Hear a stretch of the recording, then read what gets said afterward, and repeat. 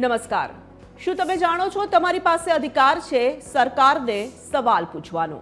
જી હા, right to information act એટલે કે આરટીઆઈ એક્ટ 2002 આપણને સૌને આ તાકાત આપે છે કે આપણે સરકારને સવાલ કરી શકીએ અને તેમની પાસેથી જવાબ મેળવી શકીએ।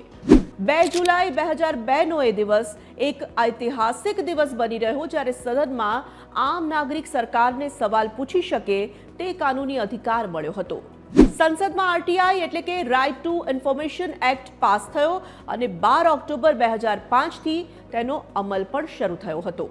આ અધિકાર ભારતના તમામ નાગરિકને મળ્યો છે, જેમાં કોઈ ઉંમર, જાતિ કે વર્ગભેદ નથી। આના ઉપયોગથી તમે કોઈ પણ સરકારી વિભાગ પાસે જાણકારી માંગી શકો છો। આરટીઆઈનો મતલબ છે સૂચનાનો અધિકાર। જો તમને લાગે છે કે સરકારના કામમાં ક્યાંય ગડબડ છે, કોઈ ફાઇલ અટકી રહી છે અથવા કોઈ જાણકારી છુપાવવામાં આવી રહી છે, તો તમે આરટીઆઈથી તેની જાણકારી પ્રાપ્ત કરી શકો છો। આરટીઆઈ કરવું ખૂબ જ આસાન છે। તમે એક સાદા પેપર પર તમારો સવાલ લખો અને 10 રૂપિયાના પોસ્ટલ ઓર્ડરથી સંબંધિત વિભાગને મોકલી આપો। હવે તો તમે ઓનલાઈન પોર્ટલથી પણ આરટીઆઈ કરી શકો છો। યાદ રાખો કે આરટીઆઈ એ માત્ર કાયદો નથી, તમારો અવાજ છે।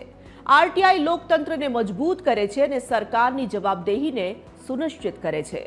જનશક્તિના કેટલાક ઉદાહરણો પણ આપને જણાવીએ। આરટીઆઈથી દિલ્હીમાં કરોડોના રેશનના ગોટાળાનો ખુલાસો થયો હતો।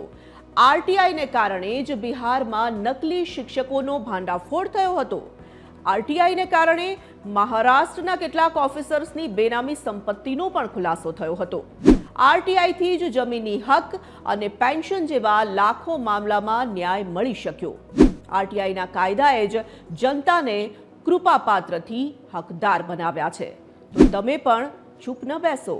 આરટીઆઈનું એક ફોર્મ ભરો, સવાલ પૂછો અને બદલાવની શરૂઆત કરો, કારણ કે જાણકારી એ તમારી શક્તિ બને છે।